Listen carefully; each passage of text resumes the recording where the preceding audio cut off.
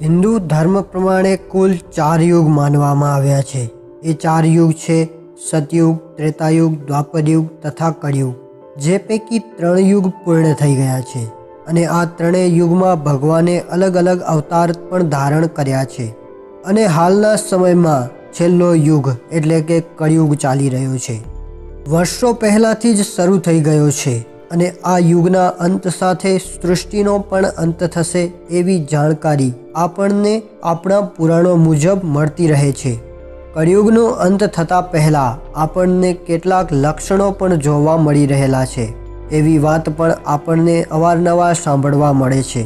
એના કહ્યા અનુસાર જ્યારે કળિયુગમાં ધરતી પર પાપ ચરમસીમા ઉપર હશે અને બધી બાજુ અત્યાચાર તથા અધર્મ ફેલાવા લાગશે ત્યારે ભગવાન વિષ્ણુ કલ્કી અવતાર સ્વરૂપે અવતાર ધારણ કરશે અને સૃષ્ટિનો ઉદ્ધાર કરવા માટે કળિયુગનો સંપૂર્ણ અંત કરી ફરીથી નવા ધર્મયુગની રચના કરશે।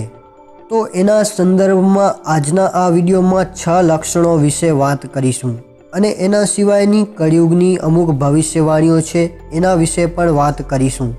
પ્રથમ લક્ષણ એવું કહે છે કે જ્યારે આ કળિયુગનો અંત સમય આવી જશે ત્યારે લોકોને સૌથી પહેલાં સમસ્યા ભોજનની આવશે અને બધા સમયે લોકોને ભૂખ તરસની ચિંતા હંમેશા લાગેલી રહેશે।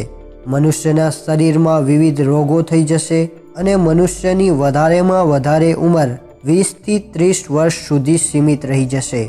બીજા લક્ષણ મુજબ જ્યારે કળિયુગનો અંત આવશે ત્યારે ધરતી પરના બધા નદી તળાવ સંપૂર્ણ સુકાઈ જશે, પાણીનો અંત પણ આવી જશે અને પાણીની અછત હોવાને લીધે સમગ્ર ધરતી ઉપર હાહાકાર મચી જશે। પાણીની અછતને કારણે બધા વૃક્ષ, છોડ તથા જીવજંતુઓનો નાશ થઈ જશે અને કળિયુગનો પણ અંત થશે ત્યારે હમણાં જે પરિસ્થિતિ છે એનાથી પણ વધારે ભયંકર પરિસ્થિતિનું સર્જન થશે। ત્રીજું લક્ષણ એવું છે કે જ્યારે કળિયુગનો અંત આવવા લાગશે ત્યારે પતિ પત્નીના સંબંધ બહુ બધા ખરાબ થઈ જશે। પતિ પત્ની એકબીજા સાથે દુશ્મન જેવો વ્યવહાર કરવાનું ચાલુ કરશે અને બીજા સ્ત્રી અથવા પુરુષ સાથે સંબંધ બનાવવા લાગશે। લોકોને લગ્ન કરવામાં કોઈ રુચિ નહીં રહે અને સંબંધોનો કોઈ પણ અર્થ નહીં રહે। ચોથા લક્ષણમાં એવી ભવિષ્યવાણી પણ કૃષ્ણ માટે કરી છે કે કળિયુગનો અંત સમયમાં તીર્થસ્થળ, ધર્મ, પવિત્રતાના સ્થાનોનો સંપૂર્ણ નાશ થઈ જશે અને દરેક જગ્યાએ અધર્મ અને પાપ થવા લાગશે અને જે કંઈ પણ ધર્મ સ્થાન રહેશે તે ફક્ત ધન કમાવાનું સાધન જ બની જશે। લક્ષણ નંબર 5, બીજું એક લક્ષણ એ પણ છે કે કળિયુગના અંત સમયમાં લોકો એકદમ નાના સ્વાર્થ માટે એકબીજાની હત્યા કરવા લાગશે ત્યારે મનુષ્યમાં જીવનની કોઈ પણ કિંમત નહીં રહે અને ધન કમાવા માટે મનુષ્ય કોઈ પણ પાર સુધી જવા તૈયાર રહેશે, પછી ભલે તે કામ ખોટા કેમ ન હોય। તે ઉપરાંત છેલ્લો લક્ષણ એવો છે કે કળિયુગના અંતમાં ધર્મની જગ્યાએ અધર્મના પૂજાપાઠ થવા લાગશે। ધર્મ માનવાવાળા લોકો પણ એકદમ નાસ્તિક બની જશે અને સમગ્ર માનવ જાતિનો સહાર થઈ જશે। હવે જાણીએ વિશ્વના ભવિષ્ય વિશે ભારતના સંતોએ કરેલી અમુક ભવિષ્યવાણીઓ। ભારતના મધ્યકાલીન સંતોએ વિશ્વમાં આવી રહેલા અંતિમ વિનાશક યુદ્ધ અને વિશ્વની નવરચનાના અનેક આગમો ભાંખ્યા છે।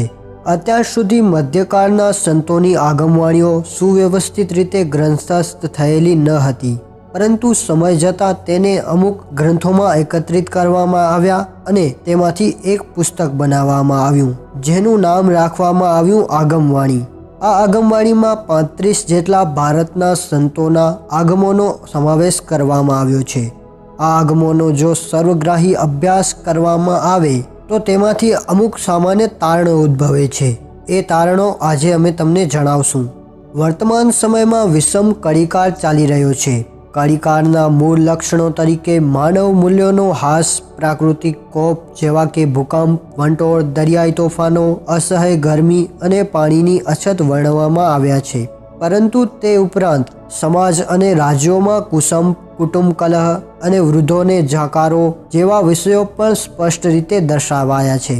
સંતોના આગમ પ્રમાણે સાક્ષાત કળિયુગરૂપી દૈત્યનો વધ કરવા માટે ભગવાન સ્વયં કલ્કી અવતાર ધારણ કરવો પડશે।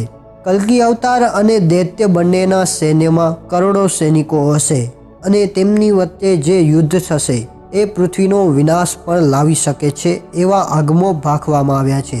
અને આગળ એમ સંતોએ કહ્યું છે કે કળિયુગમાં ભગવાન કલ્કીનો જન્મ પોપલેશ્વર પાટણ ઉજ્જૈનમાં થશે.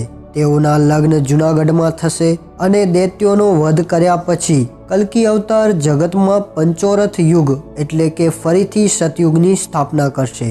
અહીં કળીકાળની વિષમતાનું વર્ણન કરવામાં નથી આવ્યું, પણ તેની સાથે અમુક એવી જે ઘટનાઓ છે એનું વર્ણન કરવામાં આવ્યું છે, જે આજના આ વિડીયોમાં અમે તમને જણાવવા જઈ રહ્યા છીએ.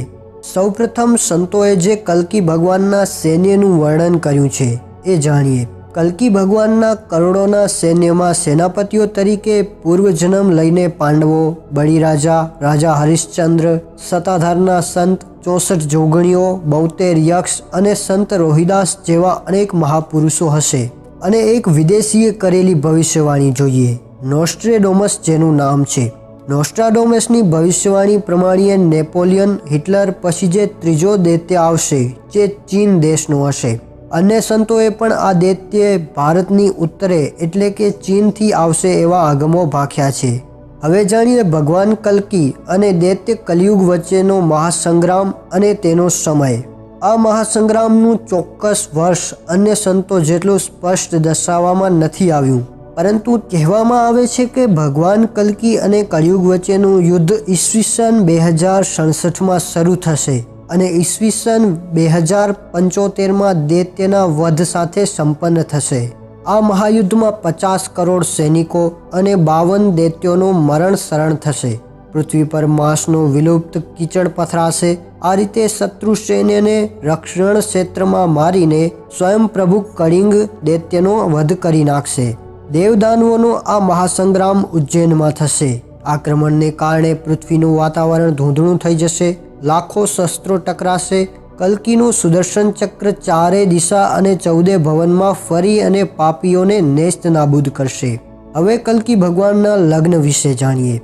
ભગવાન કલ્કી પોતે ઉચ્ચ કુળમાં જન્મ લેશે, પરંતુ તેઓના લગ્ન વિશે સંતો એવું આગમ ભાંખે છે કે તેમની પત્ની અત્યાર સુધી પીડિત પામેલા અમુક સમાજોની હશે.